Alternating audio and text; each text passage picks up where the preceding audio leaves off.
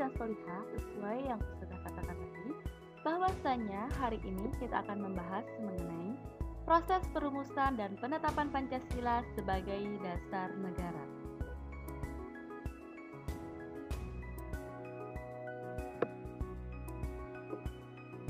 Nah, adapun submateri yang akan kita bahas, yang pertama, hari ini kita akan membahas mengenai pembentukan BPUPKI.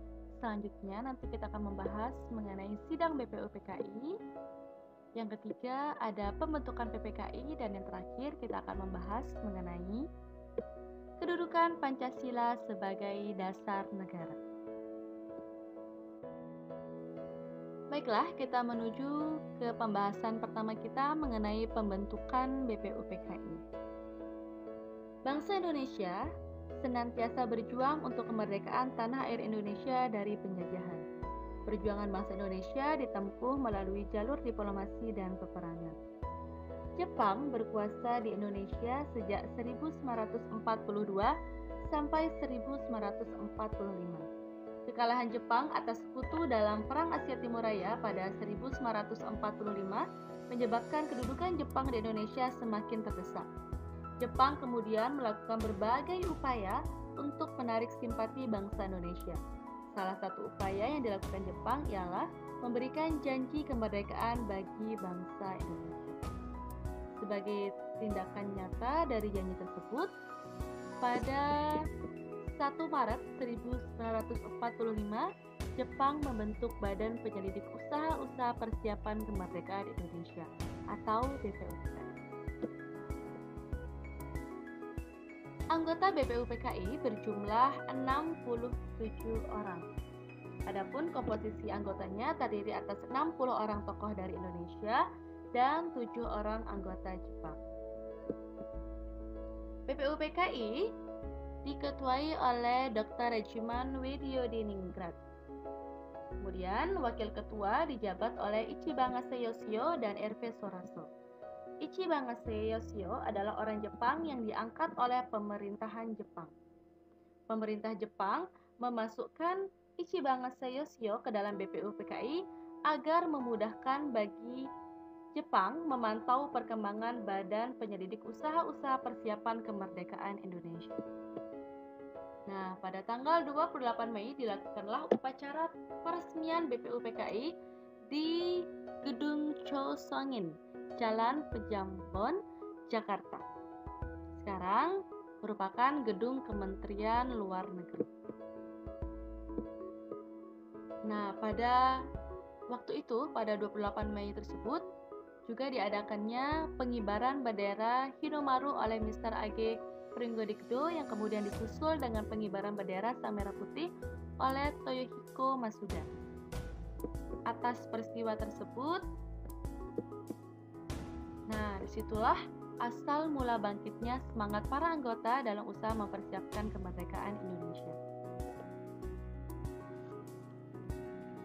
Baiklah, sekarang kita menuju ke pembahasan selanjutnya mengenai sidang BPUPKI.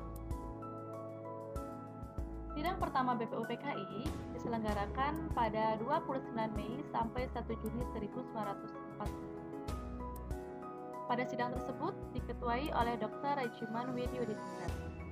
Sidang pertama BPUPKI membahas tentang rumusan dasar negara Indonesia. Terdapat beberapa tokoh yang mengajukan rumusan dasar negara, antara lain ada Muhammad Yamin, Supomo, dan Soekarno. Selama proses sidang berlangsung, tidak pernah terjadi kesepakatan dalam menentukan rumusan dasar negara. Walaupun begitu, para anggota sidang tidak menjadikan hal tersebut sebagai bentuk kegagalan. Mereka terus berupaya mencari jalan keluar agar bangsa Indonesia tetap memiliki dasar negara yang disepakati bersama. Pada 22 Juni 1945, panitia kecil mengadakan pertemuan dengan 38 anggota BPUPKI. Pertemuan tersebut menghasilkan kesepakatan untuk membentuk Panitia 9. Panitia 9 diketuai oleh Insinyur Soekarno. Tugas Panitia 9 ini menyusun rancangan pembukaan Undang-Undang Dasar. Rancangan pembukaan Undang-Undang Dasar yang sudah jadi, kemudian oleh Muhammad Yamin diberi nama Piagam Jakarta. menuju ke sidang kedua BPUPKI. Rancangan pembukaan Undang-Undang Dasar hasil Panitia 9 kemudian dibahas dalam sidang kedua BPUPKI yang diselenggarakan pada 10 Juli sampai 16 Juli 1945. Rancangan Undang-Undang Dasar yang selanjutnya disebut Piagam Jakarta. Secara eksplisit, memuat 5 nilai yang menjadi cikal bakal dasar negara. Pada 10 Juli 1945, Soekarno secara resmi melaporkan rumusan dasar negara dalam Piagam Jakarta. Adapun bunyi dari Piagam Jakarta yaitu: pertama, ketuhanan dengan kewajiban menjalankan syariat Islam bagi pemeluk-pemeluknya. Kedua, kemanusiaan yang adil dan beradab. Ketiga, persatuan Indonesia. Empat, kerakyatan yang dipimpin oleh hikmat kebijaksanaan dalam permusyawaratan perwakilan. Lima, keadilan sosial bagi seluruh rakyat Indonesia. Kesepakatan atas rumusan dasar negara dalam Piagam Jakarta memunculkan reaksi dari warga Indonesia Timur. Salah satu perwakilan mereka yaitu Johannes Ratu Harhari menyampaikan keberatan atas bunyi sila pertama pada rumusan tersebut. Johannes menemui Dr. Andes Muhammad Hatta dan menyampaikan aspirasi warga Indonesia Timur. Pada saat itu, Dr. Andes Muhammad Hatta berada dalam posisi yang dilematis. Apabila ia meneruskan rumusan dasar negara dalam Piagam Jakarta, berarti harus rela melepaskan Indonesia bagian timur. Akan tetapi, apabila ia memilih mempertahankan kesatuan bangsa, ia harus mengadakan kompromi demi terbukanya jalan bagi kesatuan. Perdebatan bunyi sila pertama masih terjadi hingga BPUPKI dibubarkan dan diganti oleh BPKI.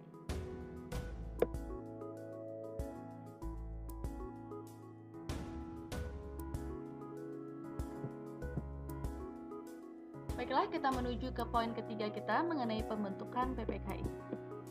BPUPKI resmi dibubarkan pada 7 Agustus 1945.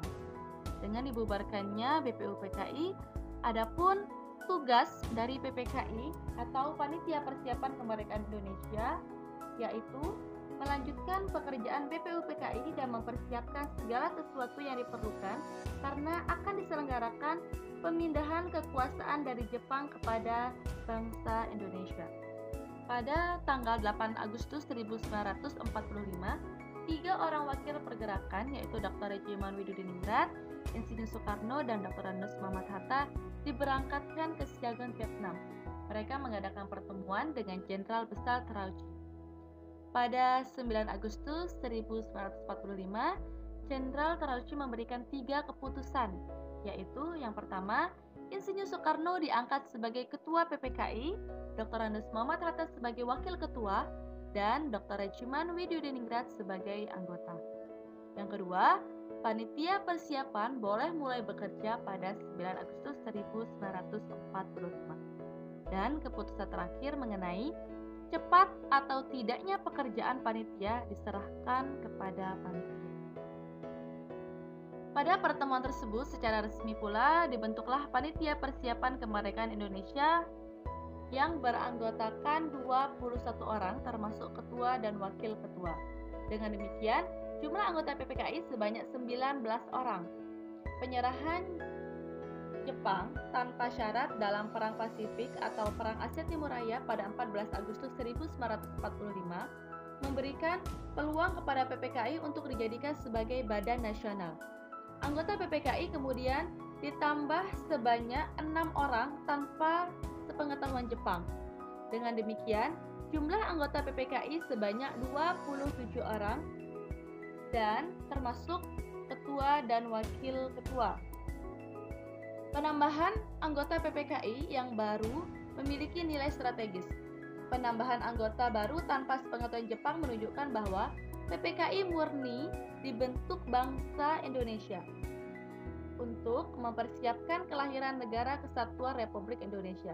Bukan hanya itu, penambahan anggota baru PPKI menghilangkan kesan bahwa PPKI merupakan badan pembentukan Jepang.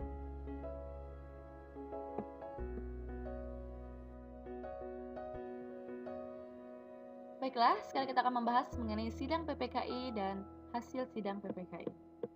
Yang pertama, sidang PPKI diselenggarakan sehari setelah proklamasi, yaitu 18 Agustus 1945. Pada sidang tersebut, Dr. Andes Muhammad Hatta memutuskan mengadakan pertemuan secara khusus dengan tokoh-tokoh Islam. Dalam pertemuan, Dr. Andes Muhammad Hatta menyampaikan usul warga Indonesia Timur terkait sila pertama dalam Piagam Jakarta. Akhirnya, demi persatuan dan kesatuan negara Indonesia, 7 kata di belakang kata ketuhanan dengan kewajiban menjalankan syariat Islam bagi pemeluk-pemeluknya dihilangkan dan diganti dengan ketuhanan yang Maha Esa. Rumusan ini dianggap lebih umum dan dapat diterima oleh semua golongan tanpa menghilangkan nilai ketuhanan sebagai dasar negara. Dengan demikian, rakyat Indonesia dapat bersatu secara utuh dalam bingkai negara kesatuan Republik Indonesia. Dihilangkannya kata pada sila pertama mencerminkan kearifan dan kebesaran jiwa para pendiri negara yang mayoritas beragama Islam.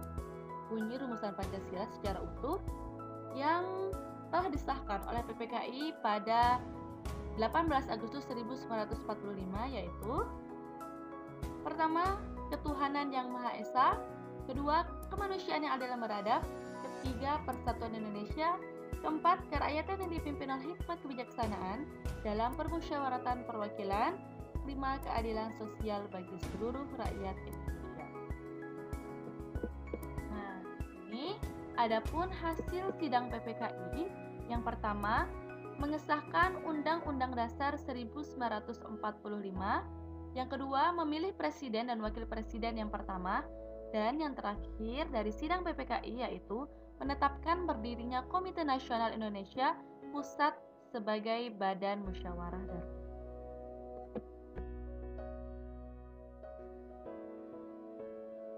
Baiklah, kita menuju ke pembahasan terakhir kita mengenai kedudukan Pancasila sebagai dasar negara.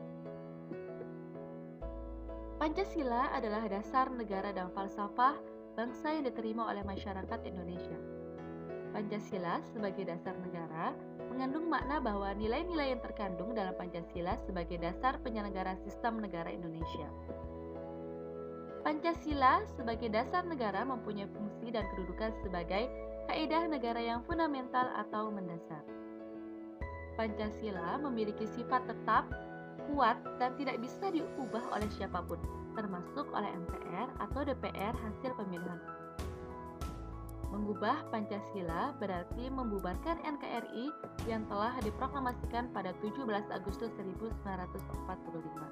Karena Pancasila mengandung makna sebagai ideologi nasional, cita-cita, dan tujuan. Pada pagi hari ini sudah ucapkan terima kasih untuk anak yang soleh dan solihah sudah berpartisipasi, sudah semangat belajar.